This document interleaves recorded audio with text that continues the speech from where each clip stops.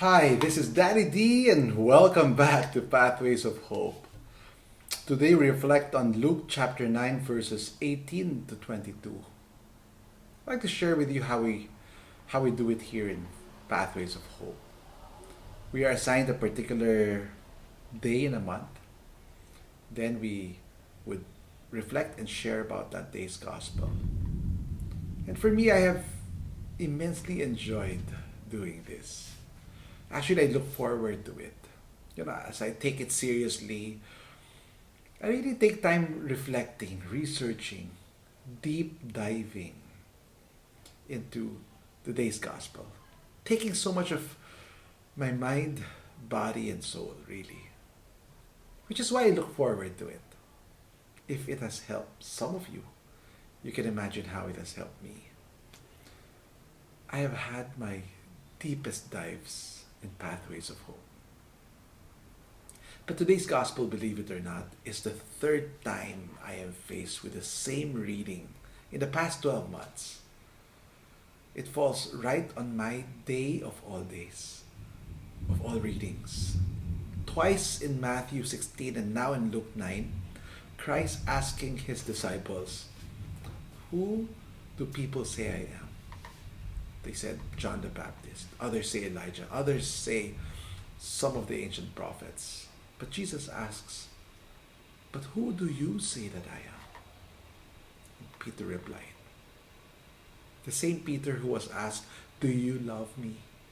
Not once, not twice, but 3 times. In the first two reflections, I shared very theological, historically sound research on the church teachings of this gospel. That this answer of Peter was made the foundation of the Catholic Church. It was the birth of the church. The fact that he is the Christ, the Son of the living God. And which Jesus said in Matthew, "Blessed are you, Peter, for flesh and blood has not revealed this to you, but my Father who is in heaven." Now, today, for the third time, Jesus asks me, "Who do you say that I am?"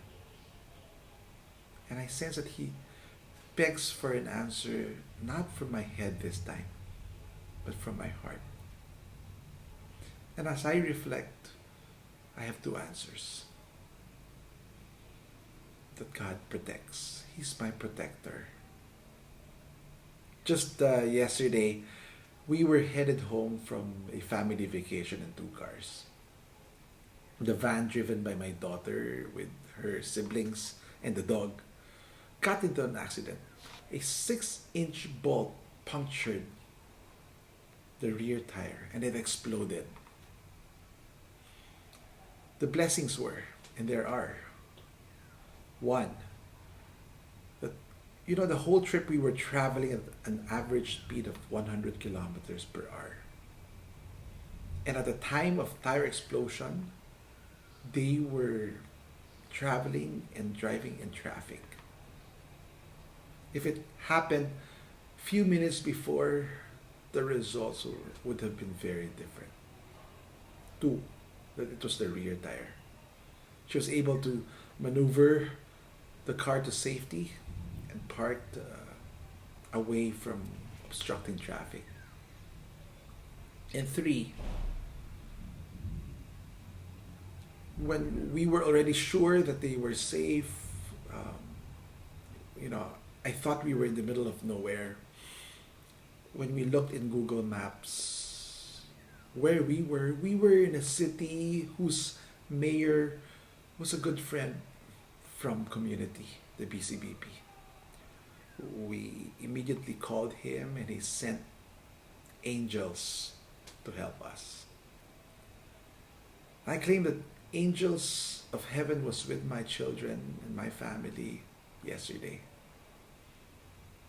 My family is proof that God protects.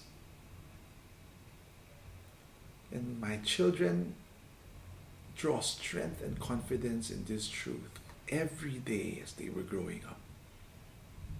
Number two, that Peter was right. That he is the Son of the living God. Living. He walks with me daily. Every now and then I bump into seeming roadblocks in my life. Whenever I do not know the answer, I look him straight in the eye and ask, what now? And 10 out of 10 times, he smiles and shows me the way. In my more than 50 years of existence, I've had my share of seeming dead ends. But I'm still here. I am a testament that God is living. That Jesus is Emmanuel, God with us. And this is just so consoling, and I hope it consoles you also. I hope it consoles you that we have a brother in Jesus, with God, the Father, who reveals to us one thing, that He is madly in love with us. He has the power to make sure that this journey, our everyday lives, joys and concerns, only leads us back to Him. And He will surely use this power to make sure we end up in His home, our true home. What else do we need?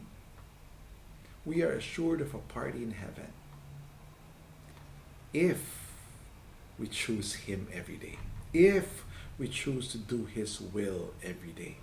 And Jesus uses this if not as an if or else, but choosing Him every day is the only way that we get to deeply know Him enough to choose the real Him.